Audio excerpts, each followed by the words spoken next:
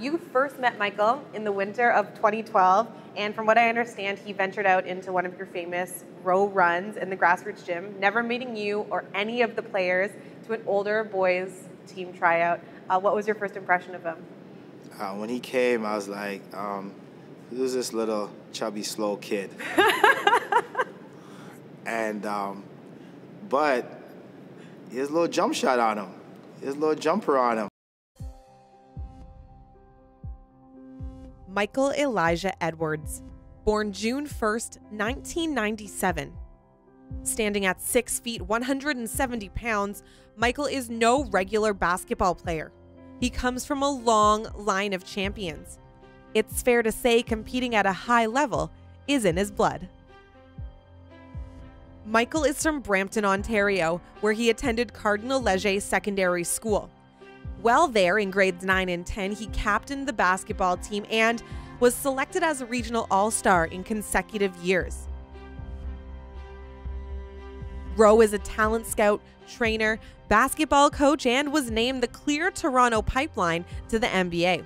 Russell, a polarizing figure no doubt, but his methods have had a tremendous and positive impact on thousands of Canadian athletes, including Michael. He is undeniably a part of the history in this country, leading the Canadian powerhouse development program, Grassroots. Grassroots' legendary founder is no stranger to the North American basketball landscape, having trained and identified Canadian talent from the likes of Tristan Thompson to Corey Joseph, Nick Stauskas to Brady Heslip, and Dwight Powell, all elite in their AAU and NCAA classes, as well as finding success on the national stage, two of whom now play in the NBA. So what are some of the strengths that make you special and make you stand out from other players? Shooting. Really, I'm a shooter. And, three-point or mid-range, off the dribble, it really doesn't matter. That's my strong suit, shooting. And you also got the chance to do individual training with Coach Rowe. What did you guys focus on most during that time? My shooting, really, get my shot right for AAU season, play at an elite level. My jump shot, form, release, make it faster, straight up, straight down, jump higher, make the release higher. And ball handling, getting to the basket and being overall more athletic. What about his shot, though, made you identify his talent immediately? He had good follow-through, good flick of the wrist, and good rotation. And on any very good teams I've always had, even though you had your big athletic players and you had your really quick point guard and your slashers, you got to have a shooter. Brady Heslip was a shooter, Nick Stauskas was a shooter, had over the years had very, very good successful shooters. And so I said, hey, we don't have a particular shooter of that sort at this time, so he could be a guy to fill that spot and to develop other things in his game. So from when you first saw Michael and you said he was a slow, chubby kid coming into the gym, you always identified that he had a good shot. But where do you see the most development in his game besides that? Well, I've seen him get a lot quicker. I've seen him get more athletic, and I've seen him be able to put the ball on the floor and change direction and get where he wants to get as well. Because once the defense sees that he's a shooter, he's got to add something to his game to still be effective. So, even being more athletic, he's able to now, dunk it. And he's done that at one of the workouts that we've had. And so we've seen the progress in his game, and his work ethic and his passion for the game is excelled. And so based on that, I think that he will get to a point where he could be a Division I player by the time he graduates. Compared to other players in your grassroots program, what does Michael do particularly well? He has a really good feel for the game. He plays with a lot of poise, and he doesn't rush things. He takes what the defense gives him, and he knows the system well. He works well within the system. So he doesn't really try to go outside the box a lot, which I like, because when I put someone on the floor, I want to know, that I know what he's going to do out there. I don't like surprises on the floor. And so with Mike, I know what I'm going to get from him. And so with a coach, you get confidence from that. Well, so you go hard, you hold your own, and you make the team. Just 6 weeks later, you're in your new home in Arizona, attending a new school, thrown right into it. What did the average day look like for you?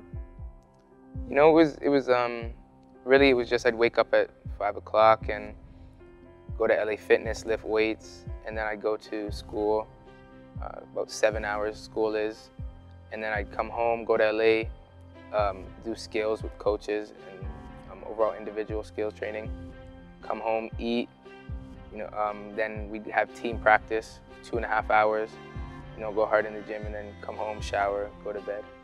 And through all that, you managed to be an honor student. Was it difficult? Not as difficult as I thought it was going to be. School it's just school, so you need to really just go as hard as you do in the gym as you do in the classroom. And the coaches and also I strive for that to be the best on the court and in the classroom. So really, I just wanted to prove that I could be on honor roll. So your high school team, Phase 1, clinched the AICS championship title in Arizona. How did you contribute throughout the season and also to that win? It was very exciting winning the championship. It was the first year the school that we went to won the championship, so they're very excited. And that during the whole season, I just really was doing my thing, putting up shots and making three-pointers and getting to the basket and really being a leader, pushing people and motivating and getting people to go harder. Talk to me a little bit about a game that Michael impressed you the most this season, and who was it against? We played a recent game against Westwind Prep in Phoenix, and in that game, our point guard wasn't doing a good job, and so Mike had hit 2 threes, so he was fulfilling his role as a shooter, but our point guard wasn't doing a good job of facilitating the offense. And so I said, you know what, Mike, get in there and play the point.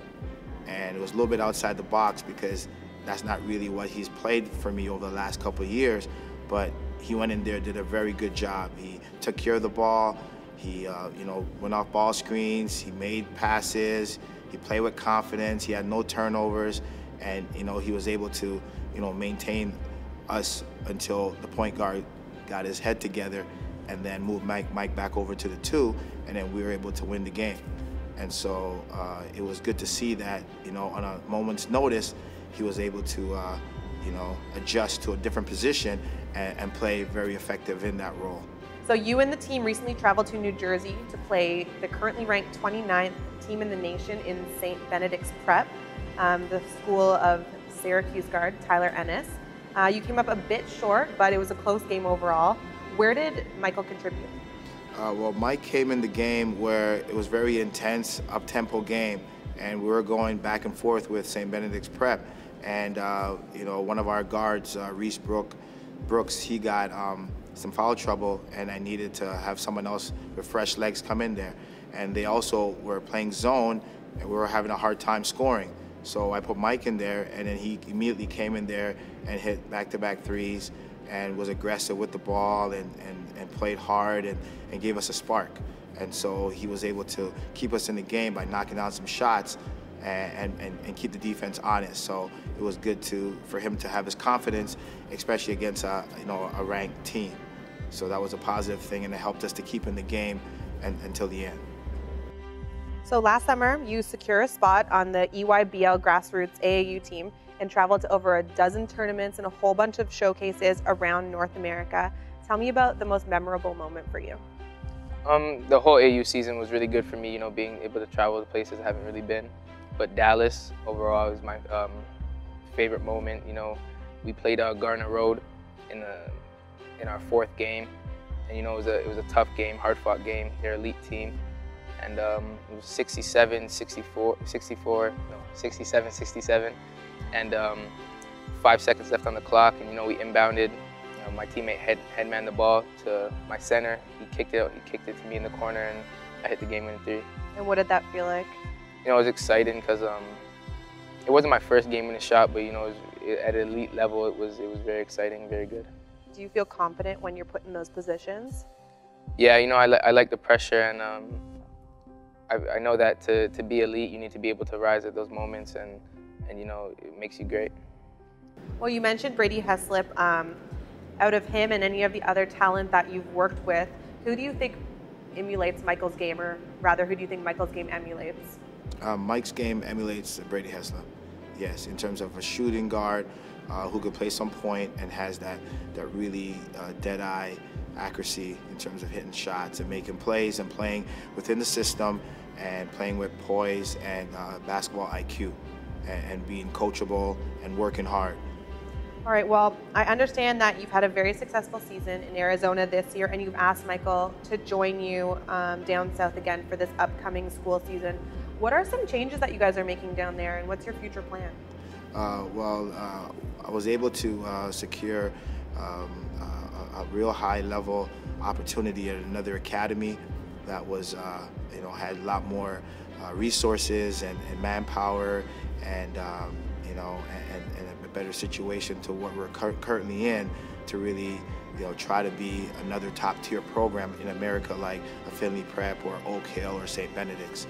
And so we're in the midst of, really securing that whole situation and setting it all up. And so we look forward to exciting and new things to come in the next several months, and start the new program, which is called Elite One Academy out of Phoenix, Arizona. So within Elite One, where does Michael fit into that game plan? Well, Mike will be a part of the national high school program, and he'll be a junior this coming year. Look for big things for him to keep knocking down shots and keep developing until he's able to secure that Division I opportunity. You're graduating in 2016, so you have 2 years to go, 2 years of hard work. What are your goals in particular? To overall just get my game better and more athletic, just my jump shot, handles, everything, really just to become an overall great player. And be also off the court, be a leader and a motivator. Michael has proven he is one of the elite shooters in the country and is well on his way to becoming a standout in the 2016 class. That isn't the only threat Michael poses. The shooting machine creates for his teammates, draws the double team, and is able to find the open man. He has great ball handling abilities, owns the skill to slow the game down, control pace, and make sound decisions under pressure. Michael is proud to be Canadian and excited to be included in the wave of talent that is responsible for the undeniable Canadian basketball takeover.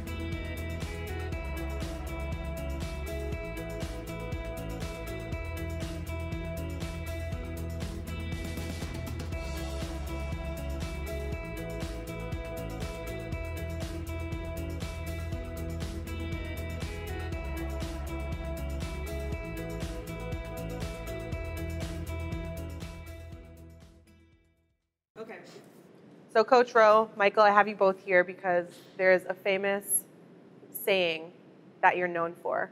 We were talking about it before. Coach Rowe, do you know what it is? Sorry. Can we start again, please? That one took me by surprise. That's the point, Coach. That'll go to the, when you do the bloopers? The bloopers and stuff.